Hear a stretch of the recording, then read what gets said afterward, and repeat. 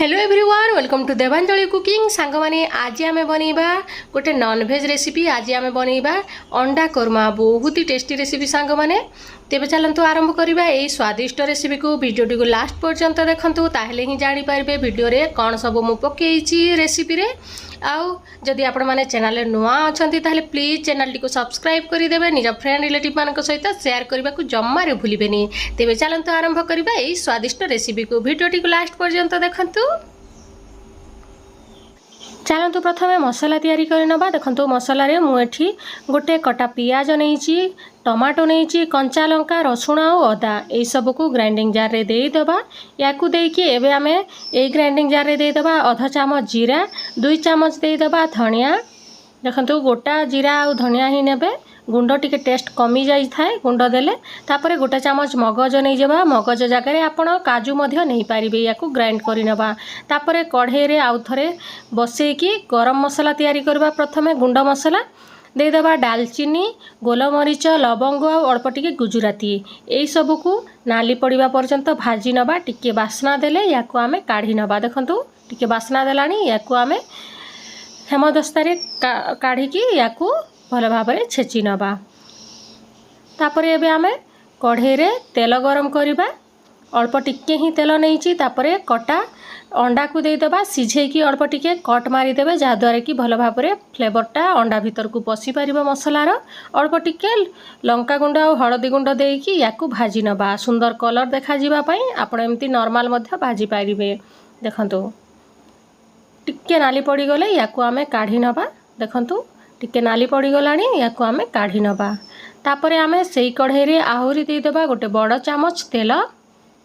या पाई ग्रेवी तैयारी करिबा पाई तेल भल भाव गरम करि नबा। मु एठी सोरिष तेल नैची सांग माने, आपण निज पसंद अनुसार तेल नहीं पारिबे। तापरे दे दबा अल्प टिके तेजपत्र आउ कटा पियाज देकी याकू मध्य किछि समय भाजी नबा। देखंतु पियाजटा टिके नाली पड़ी गले आमे एथिरे जो बाटिकी रखिथिबा मसला को एथिरे दे दबा। देखंतु बढ़िया भाव रे पियाजटा हमर भाजी हे गलानी। एबे आमे ग्राइंडिंग करथिबा मसला को एथिरे दे दबा। एबे मसला रु तेल छाड़ीबा पर्यंत भल भाव रे याको कसी नबा। एबे आमे मसला रे दे दबा स्वाद अनुसार लूण। लूणटा दे देले मसलाटा शीघ्र भाजी हे जाए, सेते पई लूणटा दे देबे।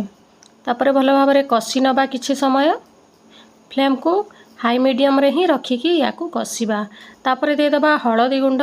तापरे गोटे बड़ चामच काश्मीरी लंका गुंड दे दबा, काहेकि ना आमे कंचा लंका बटा मसला रे पकेइछे, सेति पई बेसी राग हे जिवो, सेति पई आमे काश्मीरी लंका गुंड एथिरे दे दबा। तापरे सिझा आलू अल्प टिके एथिरे दे दबा। देखंतु सिझा आलू को मध्य मसला सहित कसी नबा। टिके मसलाटा कसी हे गले ही सिझा आलू देबे आपण। एबे आमे गोटे बड़ ग्लास दे दबा पानी। टिके जूस रखिबी मु, सेति पई ही पानी दउची टिके। देखंतु अधिका भी पानी दे देबेनी, नहले पानिया हेले टिके भल लागेनी। देखंतु ए भलिया ही कंसिस्टेंसीटा रहिबो मसलार। टिके पानी फुटी आसिले आमर आमे दे दबा अंडा। अंडा को पकेकी किछि समय ओलट पालट करि दबा। देखंतु फ्लेम को लो मीडियम रे ही रखिबा। एबे अंडा को किछि समय ग्रेवी सहित फुटिबा पई दबा। तापरे जो गुंड मसला आमे छेचिकी रखिथिले ताकू एथिरे पकेई दबा।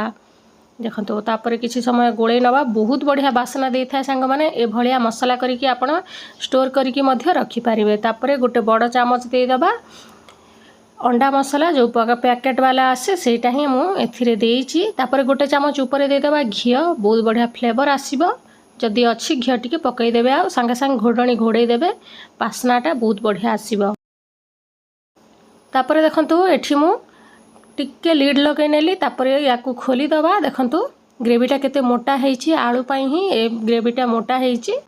देखिले ना सांग माने केते बढ़िया भाव रे आप प्रस्तुत कर देले अंडा कोरमा। निहाती याकू थरे बनांतु, खांतु, आ मते कमेंट करंतु। देखा हबो नेक्स्ट वीडियो रा गोटे नुवा रेसिपी सहित। Thank you.